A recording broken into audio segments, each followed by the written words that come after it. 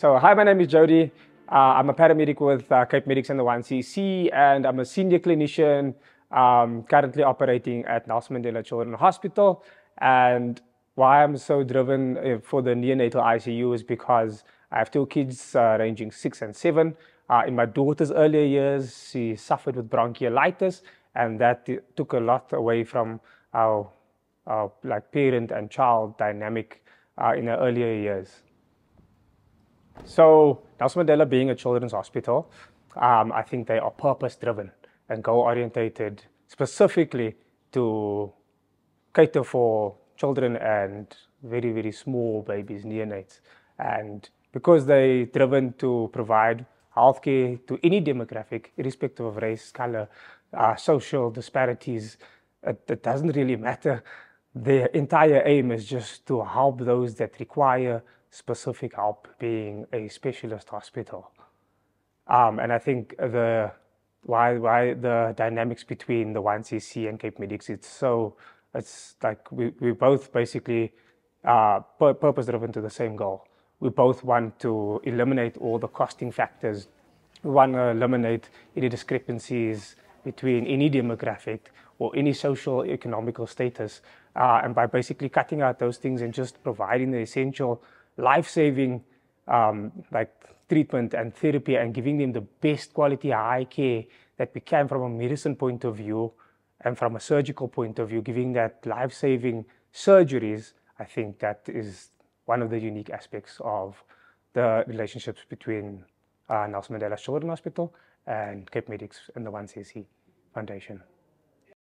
So in terms of telemetry, I think it's a vital aspect with regards to medicine, and the reason I say this is because we have direct communication with doctors on the referring end and the receiving end.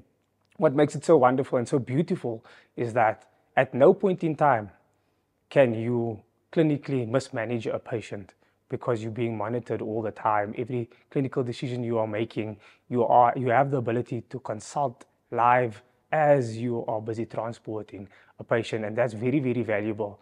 Why? Because it cuts out the qualification issue. So you don't need a specific qualification. Why?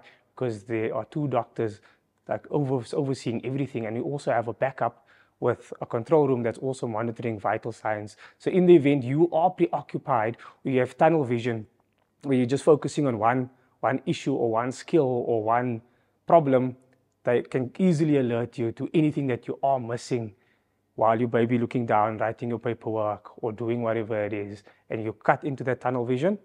You have multiple people that can just interject and just give you a broader picture of what's happening with regards to patient care, clinical presentation, etc.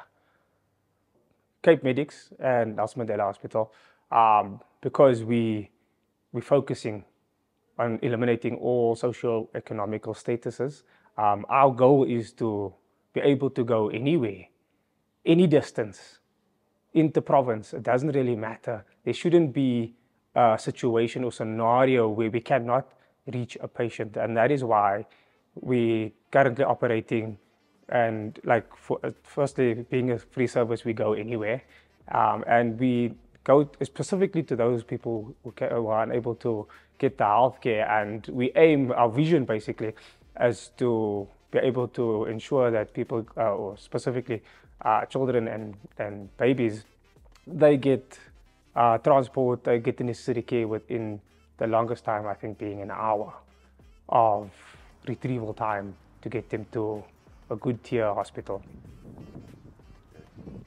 Improving the lives of children, I think it's been a very, very overshadowed aspect. I'm not sure really about the stats, but what I do know is neonatal ICU 2006, 2008, there wasn't dedicated neonatal ICU transport vehicles that specifically hones in on that specific demographic, and it's been overshadowed for so long. And now that we currently have dedicated neonatal ICU vehicles, both in Johannesburg and Cape Town, we are providing a service that currently, and this is now speaking from visiting our hospital, the Fairley Hospital here in Joburg, where they say they wait copious amounts of hours trying to get a neonatal ICU vehicle to come and transport a patient. And then also one of the pitfalls is because the metro neonatal ICUs, they see what the call is like. They maybe come with some equipment or not all the equipment, or for example, if they don't have an incubator on that specific vehicle, now it delays the process even more. And I mean, that impacts the time that a critical patient could, it impacts the time of transportation from a patient that needs life-saving surgery to get to the facility where they can get that definitive care.